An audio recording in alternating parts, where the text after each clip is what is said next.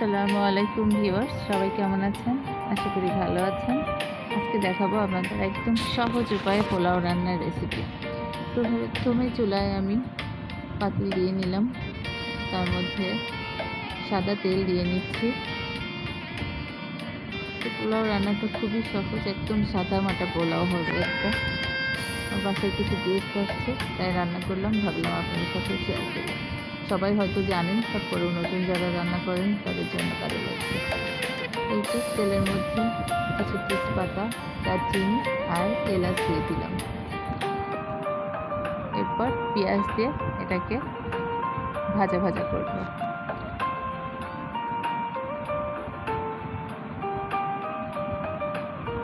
বেশ খানিকটা পোলাও হবে তো, এজন্য বেশ পেঁয়াজটা বেশি করেই দিলাম। এবার নাড়তে হবে।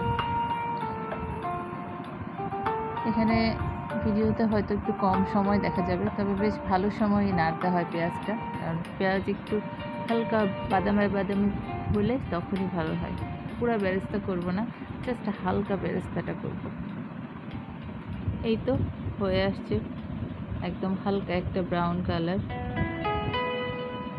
এরপর আমার চাল ধুয়ে পানি ঝরিয়ে রাখতে দিয়েছিলাম পোলার চাল, সেগুলো এখন দিয়ে দিব। পোলাও রান্না করার প্রথমেই পোলার চালটা মেপে নিতে হবে। পোলার চালটা মাপা থাকলে পানি দেওয়াটা সহজ হয়, আর চালটা যদি মাপা না থাকে তাহলে পানি ঠিকমতো দেওয়া যায় না এবং তখন ঝামেলা হয়ে যায়।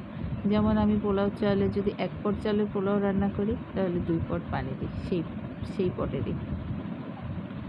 এই নিয়মে পোলাও রান্না করলে আর কোনো ঝামেলাই হয় না, একবারে পানি দিয়ে বসিয়ে দিলে পোলাও হয়ে যায়।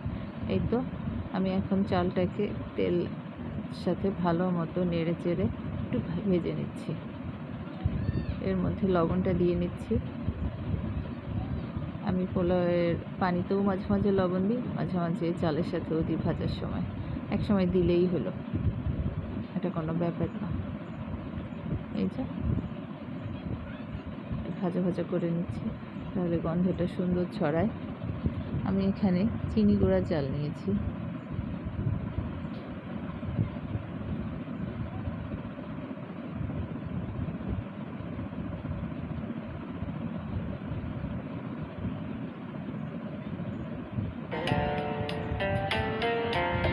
এবার মেপে মেপে গরম পানি দিয়ে দিচ্ছি। পোলাওয়ে সবসময় গরম পানি দেওয়ারই চেষ্টা করবেন, কারণ পোলাও সিদ্ধ হতে খুব কম সময় লাগে, তাই ওর পানি গরম হওয়ার সুযোগ থাকে না। এই জন্য পোলাওয়ে সবসময় গরম পানি দিতে হয়। আমি অন্য চুলায় গরম পানি বসিয়ে রেখেছিলাম, সেখান থেকেই এখন আমি মেপে মেপে পানি দিচ্ছি। ঠিক যেই পরিমাণে পোলাও চাল ছিল আমার এখানে, ঠিক সেই পরিমাণই পানি দিচ্ছি। ঠিক সেই পরিমাণে না, ঠিক তার ডবল পরিমাণে পানি দিচ্ছি। এখানে 7 পট পোলাও চাল ছিল, আমি 14 পট পানি দিয়েছি। এই তো এবার এটাকে সুন্দর মতো চালটা পানির সাথে মিশিয়ে ঢাকনা দিয়ে ঢেকে দিব।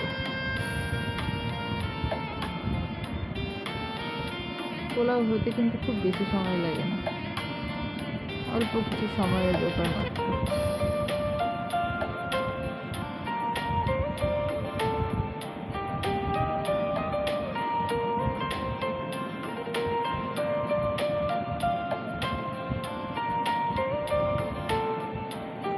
ঢেকে দিলাম, কিছুক্ষণ ঢাকা থাকবে। এই তো কিছু সময় পর ঢাকনা তুলে দেখলাম, এই তো অর্ধেক প্রায় আধা সিদ্ধ হয়ে গেছে। এ পর্যায়ে একটু নেড়ে দিব। নেড়ে আবার ঢেকে দিয়েছিলাম। এবার অল্প সময় পরে আবার একটু নাড়া দিচ্ছি। এই পানিটা এবার চুলার জালটা এ পর্যায়ে একদম কমিয়ে দিব। এখন যেই পানিটা আছে হালকা হালকা, এটা এই দমে থেকেই হয়ে যাবে। সামান্য চিনি ছিটিয়ে দিব। পোলাওতে আমি সবসময় একটু সামান্য চিনি দিই নামার আগে দিয়ে, তাহলে টেস্টটা ভালো লাগে।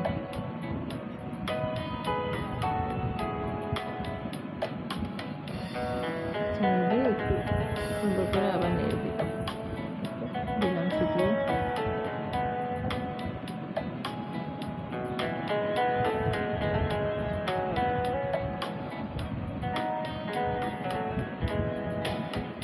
এটা খুবই সামান্য, আন্দাজ মতো দিয়ে দিলেই হয় ছিটিয়ে। এরপরে একটু হালকা নেড়ে দিব, জাস্ট নিচের পোলাওগুলো উপরের দিকে উঠিয়ে দিব,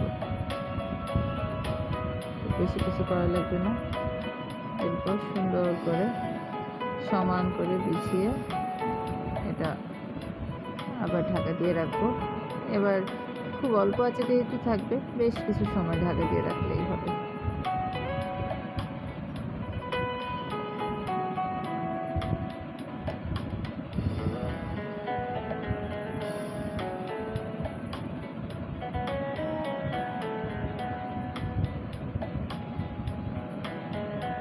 ঘিটাও দিয়ে নিচ্ছি। পোলাও রান্না করার সময় ঘি কখনোই আগে দিতে হয় না, কারণ গন্ধটা পরে আর থাকে না। একদম নামানোর আগে ঘি দিলে সবচেয়ে ভালো, তখন ঘিয়ের গন্ধটা মৌ মৌ করে। তাই আমি সবসময় এই যে পোলাও যখন রান্না একদম শেষ পর্যায়ে আসে তখন উপর দিয়ে ঘিটা দিয়ে দিই, এবং এত সুন্দর স্মেল বের হয়, খেতেই ইচ্ছা করে পোলাও।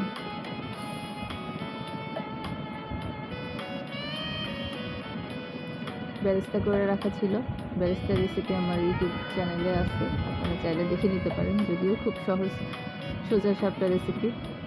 তো বেরেস্তাগুলোও ছিটিয়ে দিলাম, এবার ঢেকে রাখলাম। এবার আর নামানোর দরকার নেই, একবার খাওয়ার সময় নামালেই হবে, যেহেতু জাল খুব আস্তে আস্তে, সমস্যা নেই। হয়ে গেল খুব সোজা সাপটা পোলাও, সিম্পল পোলাও রেসিপি। এই পোলাওটা যখন তখন যে কেউ রান্না করে খেতে পারেন। ভালো থাকবেন, টাটা, বাই বাই।